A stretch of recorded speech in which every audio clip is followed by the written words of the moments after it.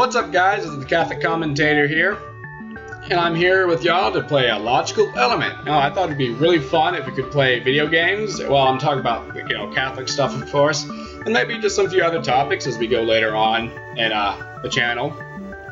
Again, I don't want to keep it too serious, but I thought it'd be really fun to play games with it, and that's what I originally had planned for the channel. So, I played it a little bit already, and I know a little bit of it, but I don't know the instructions too well. Like, y'all about to see how much I actually played. Let's go to the campaign. Alright, I was about level 11, okay, out of 30. Alright, we're going to start over here, level 1. It's not too hard at first. I just have to pay more attention to what everything means. So, yeah, basically, click to turn switch means turn it on and off. And that's the main mechanic of the game, it seems like. And the main point of the game as well is to turn the red dot here green. And that's the main point of it. And there's a bunch of different switches and such you have to do as we go further on in it, and you'll see what I mean. Today I think I was going to talk about a song that I heard today in Music 1500. Music 1500 is a music major class where we go. It's called recitals and concerts, and we basically, all the music majors get together and watch and listen to other musicians' performances, usually students and things like that. And we have to go to so many. We have to go to all the in-class ones. It's in class. More like you show up at 12:30 every day at the recital hall and listen to other people do it. You know what? I might actually turn off this music here. It's good music, but it's just really loud.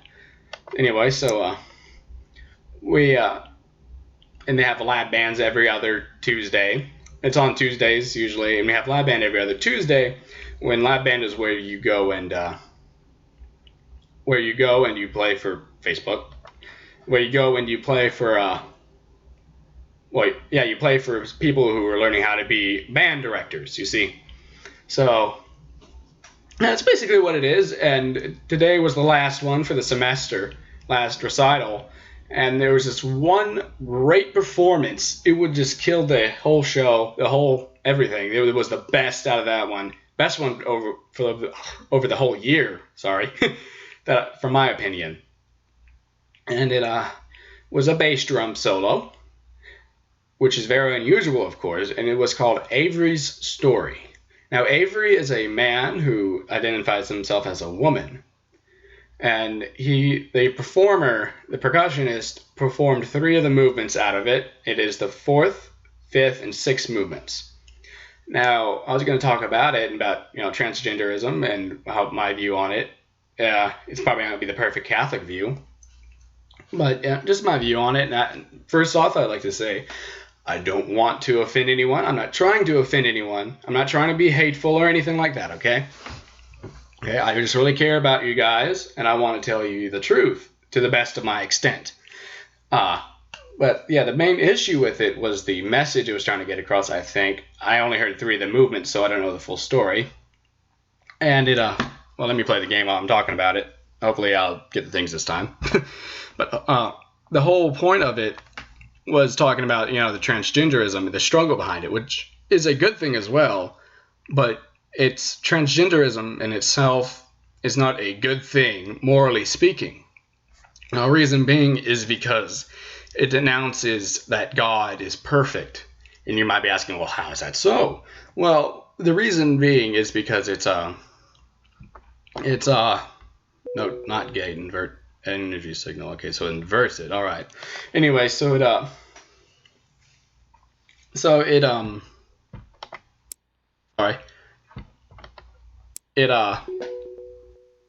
it denounces that God's perfect being, saying that he messed up making you, that you were supposed to be the other sex, and that is not a good thing. That's denouncing God's divinity and his perfectness. You see, I know that's not a real word, but now it is. Okay. And that's the main issue behind it, really. Again, I'm not trying to show hate or anything against y'all. I'm not saying you're going to go to hell if you're transgender and you're watching this. I'm not trying to say that. What I'm trying to put across is why the church says it's a bad thing, okay? why it is considered evil, and it technically speaking is. I'm not calling you people evil. I don't hate you, I hate the sin, if that makes sense. And okay, diode allows an energy to pass in one direction. Okay. So turn it off. Okay, I see what it means. Anyway, so again, I'm not trying to show hate towards any transgender people. I don't want to turn you away. I don't want to try to hate you, okay? That's not what I want. What I want to do is help you, all right? That's why I'm telling you this. And if you want like biblical evidence of it, I think it's either in Deuteronomy or Leviticus, one of those two. And it says the scripture states that a man shall not dress in a woman's clothes, nor a woman dressed in man's clothes, okay? And I'm not trying to take that out of context. I can't remember what they were before it, or the exact verse, but that's what it says. And one thing that I really hate, sorry if it sounds like I'm getting off track, but I'll make my point, is that whenever people say, oh, the Old Testament's more important than the New Testament, or the New Testament's more important than the Old Testament, that's not true. They're equally as important, okay? Jesus didn't come to abolish the old laws. Oh, that was easy. He came to improve them, you see. He came to build upon them and fulfill the old prophecies and the old laws.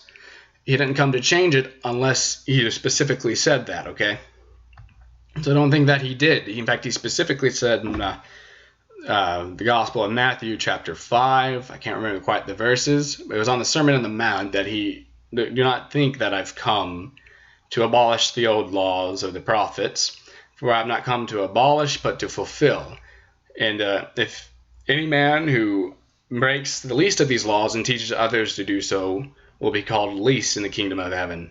But the man who follows the least of these laws and teaches others to do so will be called great in heaven.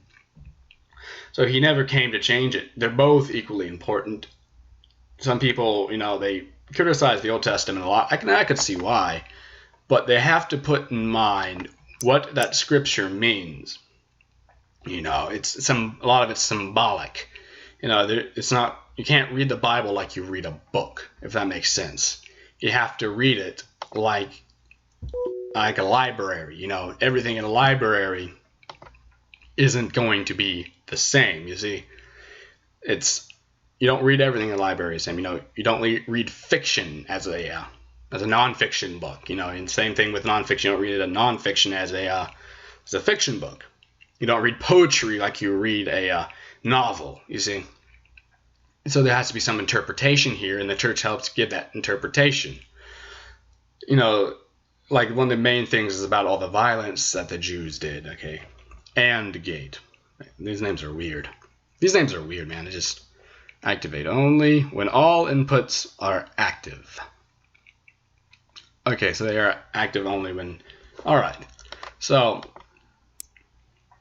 but basically, it's like... Hey, you gotta... It's like, one way you can interpret that, how the ancient Israelites, how they always killed everyone whenever they got the band on. The band basically, meant kill everything. Don't leave anything. Don't take anything for yourself. And the way that could be interpreted is that not necessarily kill your enemies and hate them, but with evil, you have to stomp it out completely. You can't keep any of the good stuff for yourself. Otherwise, it's going to come back, you see. It's going to come back and get you. It's not going to go away until you stomp out every little bit of it. You can't keep any good thing for yourself at all. And that's basically, in my opinion, what it means. And it's a good interpretation of it. Of course, people are going to have different interpretations of it, but you have to keep in mind that not everything is supposed to be taken literally. You have to put in, the time period, where they lived at, how they talked, and how they told stories back then. You have to also keep in mind that a lot of this, especially before David, at least King David, that it was passed down by word of mouth. It wasn't until around King David's time when they actually started to write things down, you see. And you also have to keep in mind, scientific breakthroughs. You see, people think that science and religion are in this big war together, and that's not true either. Okay, science and religion go hand in hand. All right. Okay, let's see here. Science and religion go hand in hand. I know I just said that. One does not denounce the other, because one talks about the spiritual, things that are outside of this world, you see? Things that are outside of creation. God himself is outside of creation. He is not part of it. He's not in the universe. He's outside of it. He is purely spiritual in being. Another plane's flying across. Like I said, I'm next to an airport here. My dormitory is. So sorry if you ever hear that in the audio. But basically, God, like I was saying, God is outside of creation. He's outside of the universe. He is, although he's outside, he didn't make it, twist it up like a clock and let it go. He's very involved within it. Still, you can't really prove that God exists or doesn't exist through science because of that. Science only talks about the universe. I hate to say material, because there's a lot of things in the universe that aren't material, such as sound and things like that. But anyway, so it has this whole conception that science disproves God is not true. Okay? Don't ever think it is true. All right? Because it's not. The church has never been against science. In fact, we actually funded it earlier on. And there's nothing wrong with it until I can't remember what century it was, till later on, really. And really, whenever we have a new scientific breakthrough, we usually try to reinterpret the scripture if it conflicts with it, and if it's been a proven scientific fact, okay? Such as the book of Genesis, this whole creationist versus, I shouldn't have done that. Oh, this is a good one. Such as creationist versus, evolutionist. They aren't against each other. That's not true, okay?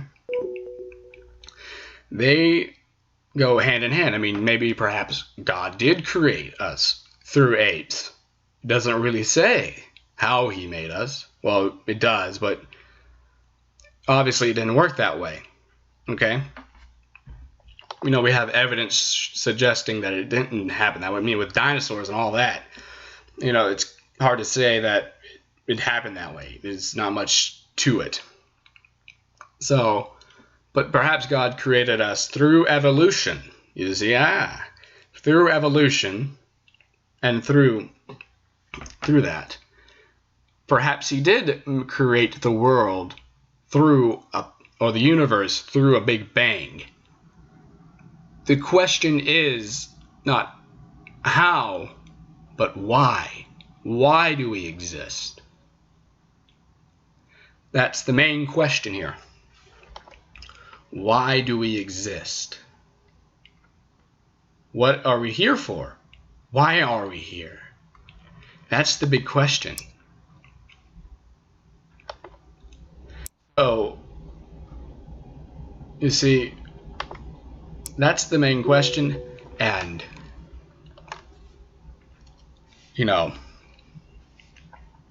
that's it. Why are we here? That's the question we should be asking. Sorry, I lost my train of thought there when I was solving the puzzle. But why are we here? And I keep repeating that. Why do we exist? What are our purposes? Those are the kind of questions that are being asked here. Why does God exist? But he has no reason to. He doesn't need us, but we need him. It's this whole paradox that exists that we can't understand because we're finite. God himself is infinite. We can't understand the infinite. The finite cannot comprehend that, which we are finite. We only have limited knowledge, limited being. And we were created. We're not the creators, you see. It's not like the Greek gods who lived upon a mountain. I think it's Mount Olympus. I could be wrong on that. I'm not really a historian. But that's the main question there. See, people have this conception that God is like them, like the Greek gods, that he's part of the universe. He exists inside of it. And thus, well, we couldn't find any evidence for that, so he must not exist. And then there are those people who think that God, is like this omnipotent being that created everything, like a clock, put it all together, wound it up, left, and let it go. But he's not that either. He's not a part of the universe, but he's active in it. It's kind of like whenever a architect he designs a house. Well, even if you go to the house, you can say, an architect designed it. But just because, even though he's not there, you can still see the evidence for his work. And there's that in the world. I can't tell you what your evidence for you will be if you try to seek God. Because we're each individuals. We're each our own selves. We're each different. And God knows us perfectly. He knows exactly who we are. See, okay? Oh, that was easy. He knows exactly who we are. And he knows exactly, the perfect way to talk to us. You see? I know I haven't been playing the game much, but I think that's the one. I think I made my point there. I'm gonna play this game till the clock runs down to 20, and I'll end the video there, and then in the next video we'll try out the sandbox mode. How about that? Okay, so let's see here. Have a little fun with it now. I know I probably got pretty deep there, which you have to actually understand it all. And there's a lot to comprehend. If you can comprehend it, you have to believe to That's so easy. You have to believe to understand, and not understand to believe. That's the main point. All right, let's see here. Okay, All right, so my voice is getting sore. Off. Okay, so I turn that off. Well, that will activate, won't it? So it must be that one there. Okay. Or is it? No. No, I can't do that. Because then that still shows that. I can turn that off. Alright. Then I have to do this one. And then turn this one off. No. Okay, this is interesting. Now that I'm actually paying attention. The other few times I just got lucky, you see. I know my hair looks horrible, but deal with it. Alright. So. Alright here. Yeah, I know, amazing commentary, isn't it? Okay, so that won't work.